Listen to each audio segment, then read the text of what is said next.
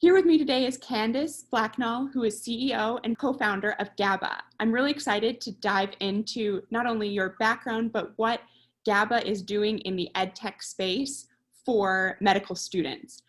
And that's kind of where I want to start. You have, of course, an impressive resume that is very Atlanta-centric. So I would love to know kind of how did you end up at the intersection of medicine, entrepreneurship, and education? Oh my gosh. Gosh, you have like 4 hours. So I'll start with medicine, and then I'll go into the business, and then how business turned into education. So I started my career actually in military medicine. I served in the Army for 9 years.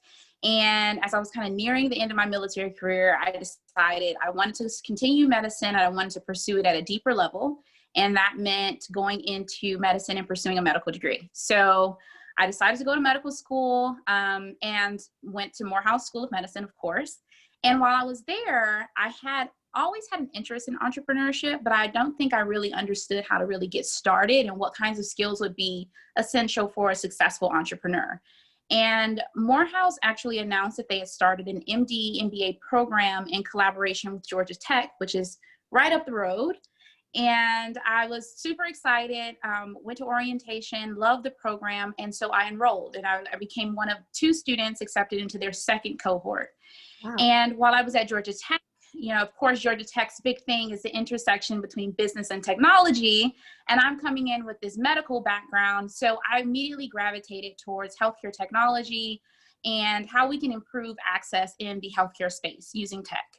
And so I did quite a few internships in that space, but I started realizing really early on that a lot of the services and innovation that's out there is really geared towards catering to licensed professionals. There's not a whole lot out there to really help the student or the trainee that's hoping to get into some of these careers. And I thought that was pretty unfortunate, because if we don't help students make it through medical school, we don't have the licensed clinicians that we need in order to train them to use these technologies. So I decided, based on my own medical school experience and then based on talking to some other students, to start really focusing on educational technology, particularly with medical students, so that we can help more of our students that are starting that journey become the licensed professionals that will ultimately change our healthcare system. So that's how I got there. It's an incredibly impressive journey to date, and it's exciting to see what you've built. So I'd love to dive in there. How do students use Gaba right now? Yeah. So students, I kind of talk about Gaba as like the LinkedIn for medical trainees. And a lot of our early customers actually said part of the reason why they didn't use LinkedIn or some of those other services is because they weren't really tailored to their experience. So they're able to go on to their Gaba, create their profile, connect with other students. There's a way for students to collaborate around research. There's a marketplace there for students to view various study tools that are out there to help them prepare for their licensing exams. We negotiate discounts on behalf of our membership. And then we have our databases, which is a collection of data that we've collected over the last 5 years from public and private sources that helps students know. So if I'm going into anesthesia, I want to know what students in the past may have did in order to prepare for that career field. You can do that in Gaba's databases. I can go in and I can say, I'm interested in anesthesia. How many publications do I need? How many volunteer hours do I need? And you can use Gaba to really help strategize, not just for the now, but for tomorrow as you kind of grow across the 4 years. So that's like the whole Gaba experience. It's grown so much from the first idea, and I'm really excited for where it's going to grow in the future. Absolutely. And I have to ask about the name. What does Gaba mean? Where does it come from? That's my favorite question. So GABA is a chemical in the brain that helps people, not just students. I was going to say students, but it's everyone. Everyone has a brain. But it helps with mood regulation and learning. So we took that name because we help reduce the anxiety of being a student. Being a medical trainee is very, very stressful. I don't think there's anyone in the world that's saying medical school is easy. So it's very stressful. So Gaba reduces some of the anxiety associated with that experience. And then because we're a community centered around student success and student learning, we also help students learn. So it seemed really cool for us to take that name, and we hope we can live up to the expectations of Gaba in real life. So you're starting off now with everything with Gaba, but what does your team look like right now? Oh my gosh, it's grown. So Gaba now has 10 team members. That's not including myself, so including me, 11. We have a chief experience officer. That was actually the first executive member that I hired. Our chief technology officer, my co-founder. We have a outreach director. We have a user experience researcher and 2 developers on the team as well. So we are a full house. And everyone's all hands on deck, really committed to making sure that we support students and help optimize the student experience across those years of training. That's great. And is everyone based in Atlanta? No, we are global. So the core team is based here.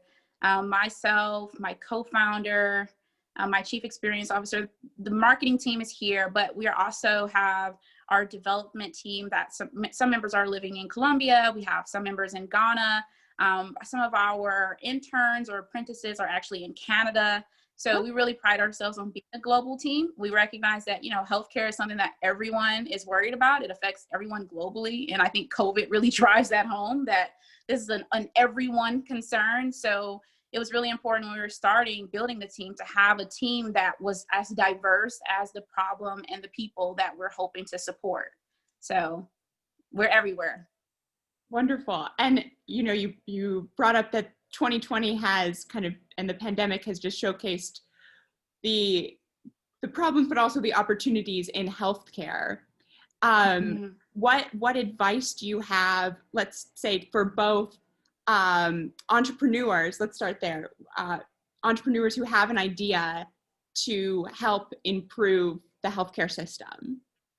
Yeah, get out there, just try it. I think that healthcare is such a big issue that there's so many different ways to get involved and get your hands dirty. You may start off with an idea and then change it and move it around. I think if you enter this space kind of with like one core value in mind, and you don't get too hung up on the product that you're building or too hung up on all the specifics, you can really make something really cool and really great and have a great impact.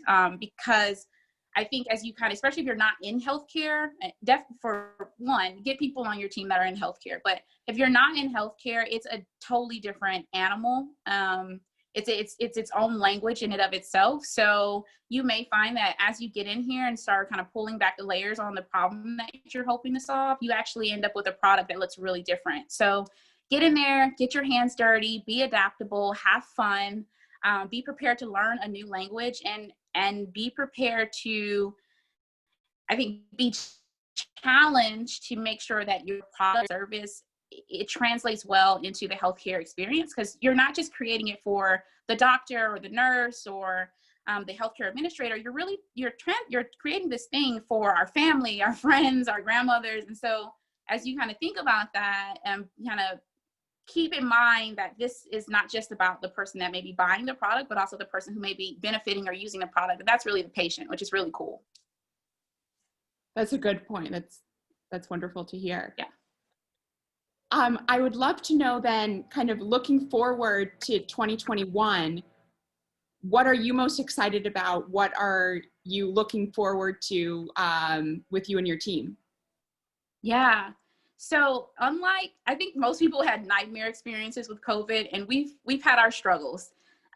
We were initially launching Gaba with the intent to go directly to schools, and then COVID happened and kind of threw things around. So in 2021, we'll be starting back into that journey of talking to our schools and continuing our partnership conversations. We've been fortunate to have 2 partners so far. And so we're really excited to kind of continue those conversations.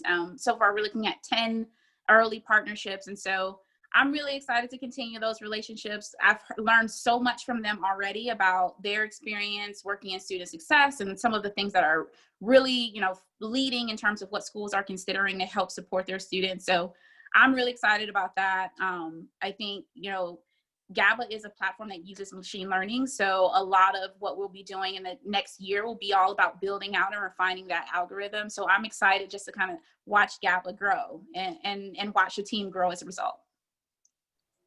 And I know you're collecting really interesting insights and data through the platform. I'd love to know, especially since you're working with people across, whether they're first year all the way up to fourth year students, are there any interesting insights that you've learned that are going to inform Gaba going forward? Yeah, so I think the mindset of a first year medical student, it's odd. And you kind of see it in their faces. It's almost like you mature through your 4 years of medicine. So the mindset and the concerns of a first year medical student and those of like a third or fourth year student are very different. And I don't know that I've experienced that so much with myself because I'm a non-traditional student, but so far what we're learning is that they definitely have different needs and they come to Gaba for really different reasons. First year students have really come about community. They're looking for a way to really nurture those early connections that they'll continue across their career. And then our later stage students are really there about strategy and really getting to that next step.